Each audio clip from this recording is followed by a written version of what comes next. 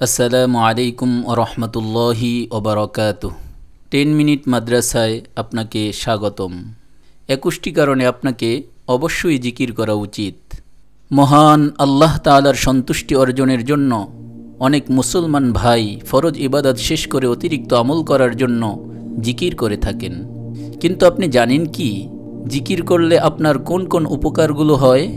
প্রখ্যাত হাদিসবেত্তা হাফেজ ইবনুল কাইয়িম জিকিরের উপকারিতা বিষয়ে রচিত তার আল ওয়াবিলুস সাইয়িব নামক গ্রন্থে সবিস্তার আলোচনা করেছেন। তিনি লিখেছেন, জিকিরের মধ্যে রয়েছে 100টিরও বেশি উপকারিতা। সেখান থেকে বাছাই করে 21টি উপকারিতার কথা উল্লেখ করা হচ্ছে। নম্বর 1, আল্লাহর জিকির শয়তানকে তাড়িয়ে দেয় ও তার শক্তি খর্ব করে।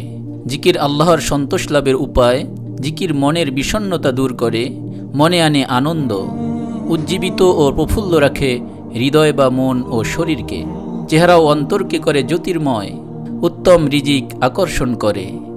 নম্বর 2, জিকিরকারীকে প্রভাব ও প্রশান্তির পোশাক পরানো হয়।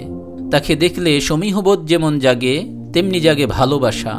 হৃদয় বা মন ভরে দেয় আল্লাহর ভালোবাসায়। জিকিরের দ্বারা লাভ হয় মোরাক্কাবা, যা পৌঁছে দেয় এহসানের স্তরে। সকল বিষয়ে আল্লাহই হন একমাত্র আশ্রয়স্থল। লাভ হয় আল্লাহর নৈকট্য, খুলে যায় মারেফাতের দরজা, দিলকে জিন্দা করে, অর্জিত হয় আল্লাহর ভয়। আল্লাহ তাকে স্মরণ করেন। এ ব্যাপারে আল্লাহ তাআলা পবিত্র কালামে পাকের মধ্যে বলেন, তোমরা আমাকে স্মরণ করো, আমিও তোমাদেরকে স্মরণ করব। সূরা বাকারা আয়াত নম্বর 152।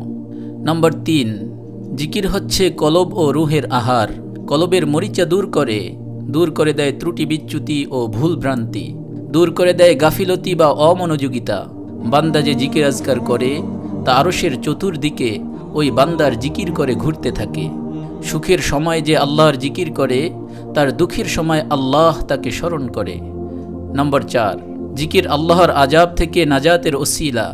জিকিরের কারণে সাকিনা অবতীর্ণ হয়। জিকিরের বরকতে জবান, গীবত, চুগলখুরি, অসত্য অনর্থক কথা থেকে নিরাপদ থাকে। জিকিরের মজলিস হচ্ছে ফেরেশতাদের মজলিস। জিকিরের বদৌলতে জিকিরকারীর সাথী সঙ্গীরাও সৌভাগ্যবান হয়। কিয়ামতের দিন জিকিরকারীদের কোনো আক্ষেপ থাকবে না। নম্বর 5, জিকিরকারী কিয়ামতের দিনে আল্লাহর আরশের ছায়ায় আশ্রয় লাভ করবে। দোয়াকারীগণের চেয়ে জিকিরকারীগণের অধিক প্রাপ্তি হবে। হাদিসে কুদসিতে বর্ণিত হয়েছে, আল্লাহ সুবহানাহু ওয়া তাআলা ইরশাদ করেন, আমার জিকিরের কারণে যে দোয়া করার ফুরসত পায় না, আমি তাকে দোয়াকারীদের চেয়ে বেশি দান করি।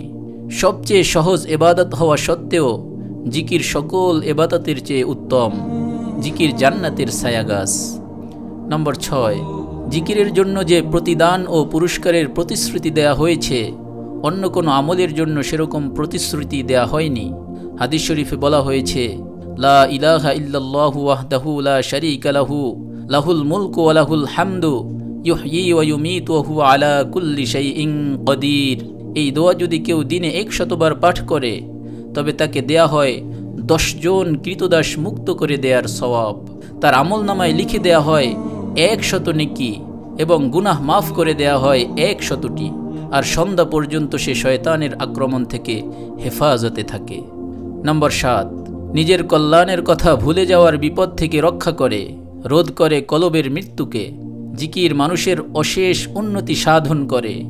যার কলব জিকিরে জাগ্রত, তার নিদ্রিত অবস্থাও গাফেল রাত্রি জাগরণকারীর চেয়ে উত্তম। জিকিরের নূর দুনিয়ায় সঙ্গে থাকে কবরেও, আর পুলসিরাতে চলতে থাকবে আগে আগে। রাসূলে পাক সাল্লাল্লাহু আলাইহি ওয়াসাল্লাম এই নূরের জন্যই প্রার্থনা করতেন এভাবে, হে আমার আল্লাহ, আমার মাংস অস্থিতে, চর্মে, পশমে, কানে, চোখে, উপরে, নিচে, ডানে, বামে, সম্মুখে, পশ্চাতে নূর দান করো। আরও বলতেন, আমার আপদমস্তক নূরে ভরপুর করে দাও। নম্বর 8, জিকির তাসাউফ শাস্ত্রের মৌলিক বিষয়গুলির মূল। সকল তরিকার পীর মুর্শিদগণ এ ব্যাপারে একমত। যার জন্য জিকিরের দ্বার উন্মুক্ত হয়েছে তার জন্য খুলে গিয়েছে মারেফাতের পথ। মানুষের অন্তরে এমন একটি কোণ আছে যা জিকির ছাড়া অন্য কিছু দ্বারা পূর্ণ করা যায় না। হৃদয়ের পূর্ণ পরিসর যখন জিকিরে ভরে যায় তখন ওই বিশেষ কোণটিও ভরপুর হয়ে যায় জিকিরের নূরে।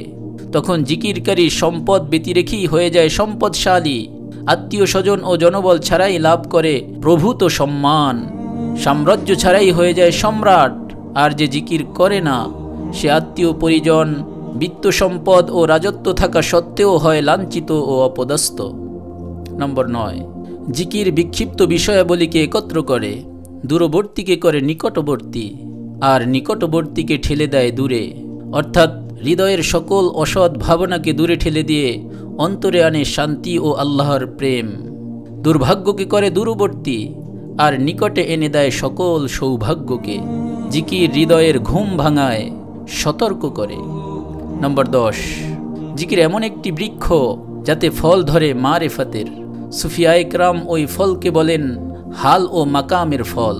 জিকির যত গভীর হবে, ওই বৃক্ষের শিকড় হবে তত সুদৃঢ়, ফলও ধরবে বেশি।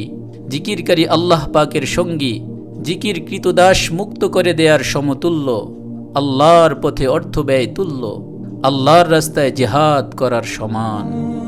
আজ এ পর্যন্তই। 11 থেকে 21 পর্যন্ত আগামী পর্বে জানতে পারবো ইনশাআল্লাহ। ওমা তৌফিকি ইল্লা বিল্লাহ।